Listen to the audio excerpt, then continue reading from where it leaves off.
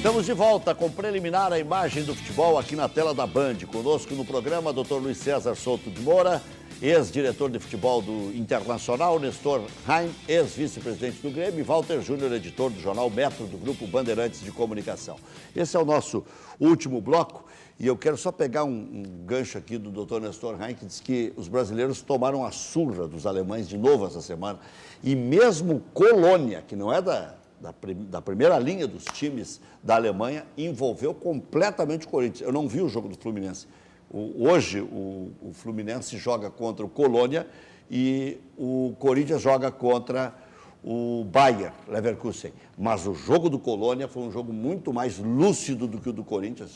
Jogadas de primeira, um futebol completamente diferente do nosso. É que tem uma diferença também física nesse momento, né? É. O Colônia está na metade da temporada, os jogadores estão num outro patamar físico, enquanto o Corinthians trocou de técnico e tem aí 10, 15 dias de trabalho, né? Será que o Corinthians corre algum risco de não passar pelo Once Caldas? Risco sempre se tem, né? Mas será que é muito grande? Será que o Raio vai cair 2 vezes no mesmo lugar? Vamos fazer um comparativo? Não, deixa o Luciano falar, depois eu falo. Não, eu só acho que agora a situação é diferente. Eu acho que o Tite está vacinado. O Tite está vacinado. Se incorrer no mesmo erro, vai ficar marcado, do ponto de vista de carreira, né? Mas assim, na verdade, assim, essa situação, esse jogo chamada pré-Libertadores é o pior negócio que existe na face. Tem que ter grupo para passar. Isso. E ao mesmo tempo para fazer um grupo de graça. É aí que eu queria chegar. Está entrando de volta, entrando num nível autocompetitivo, num nível de competição que é eliminatório, né? Num começo de temporada, mal terminou, nem terminou ainda a fase de pré-temporada. Porque uma coisa tem que ser sabida, né? A pré-temporada, ela é um trabalho para atingir um determinado patamar físico. Não interessa quanto tempo o clube diga que é a sua pré-temporada. Vamos fazer 15 dias. Não, ela leva 4 semanas a 5 semanas. Isso não pode ser que vai pagar o preço. O time não faça 4 semanas de pré-temporada, mas ela leva 4 semanas. E não tem como mexer na biologia do jogador. Então, assim, o que acontece com essa pré-Libertadores é que os jogadores ainda estão na fase de pré-temporada quando tem que jogar um jogo decisivo, que é a vida ou a morte dentro de uma competição importante. Eu acompanhei o Grêmio, chefiei a delegação do Grêmio naquele jogo com a LDU, lá que nós perdemos de 1-0. E fomos ganhar aqui nos pênaltis. Então, vou dizer assim, e foi um ano em que o Grêmio foi vice-campeão brasileiro que já se apresentava algumas virtudes do Grêmio, que até pronunciavam um 2014 que talvez devesse ter sido melhor em função de 2013 e do Grêmio ter se reforçado. Mas, assim, ele pode perder, pois pode. Se não chegar no patamar adequado físico e os sujeitos lá, então pode, dá uma desgraça lá, toma 1-0 aqui, o cara te empata, faz um gol aqui, 1-1, terminou a conversa. Pode acontecer, e é um time até que já mesmo, foi campeão da América. O Once Caldas já foi campeão. O Inter pegou numa pré-Libertadores. Né? Outra desgraça que falo, por favor, nenhuma conotação. A outra desgraça é os jogos eliminatórios de Campeonato Mundial, o que o Internacional passou 2 vezes. Passou quando foi campeão pela primeira vez e quando sofreu uma vicissitude na segunda. Aquilo ali também é um jogo que os times latino-americanos que vão sempre têm enorme dificuldade. Nunca passam com facilidade pelos times para chegar e disputar a final. O Atlético é assim com times argentinos, com times brasileiros, é sempre uma enorme dificuldade. É que nesse primeiro jogo do Mundial, a responsabilidade está com o sul-americano. Claro, então quando ele vai jogar a final, ele é o passo da glória e um passo da desgraça.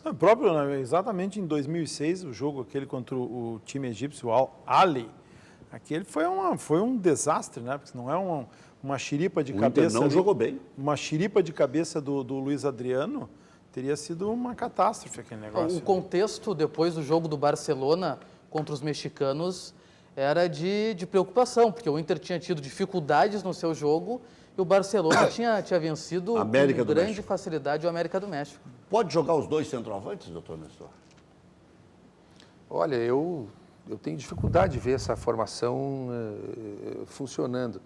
Mas eu acho que vocês já comentaram isso anteriormente, né? O Grêmio está nessa fase das experiências.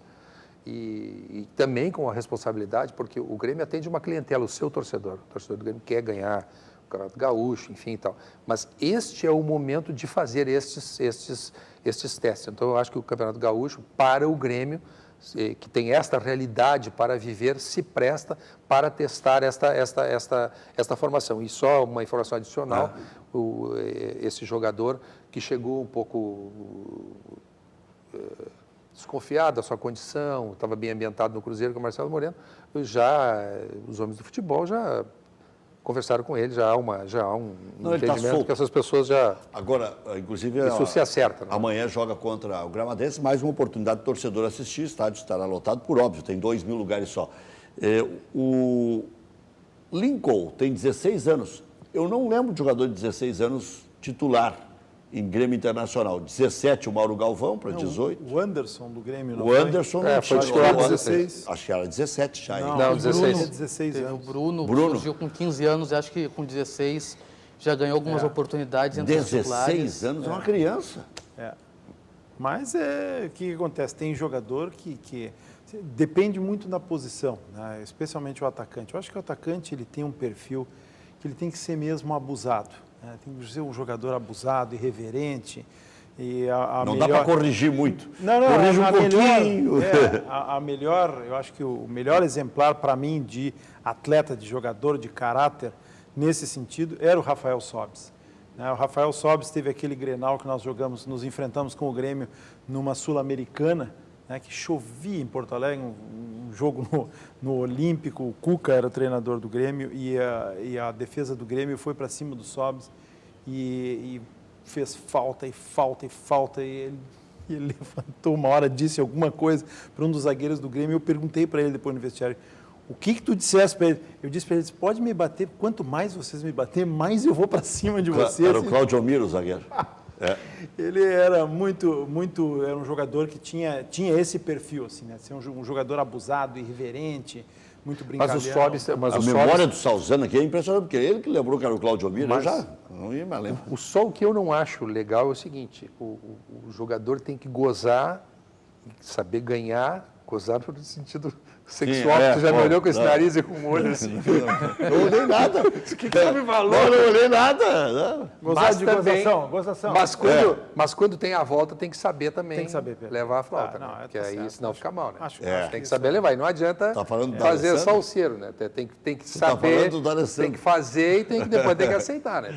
E pior é que é a verdade. banca paga e a banca recebe. Mas aí você pegou o detalhe mais importante antes. Eu acho que a reação não foi nem por não aceitar a comemoração do Alain Ruiz. Foi o medo de tomar um quinto, um sexto. Do jeito que o Grêmio estava fazendo gol de 2 em 2 minutos. Não, o Grêmio estava fazendo gol de 2 em 2 minutos. Mas o Anderson, esse que era jogador do Grêmio, que foi lá jogar, foi jogador do Alex Félix, que era abusado, esse jogador foi muito prejudicado, foi como um treinador pode trazer para o jogador. Deixou o cara fez um teste com ele jogar mais defensivamente, e ele era um jogador de drible, ele é um jogador que tem a vocação do gol.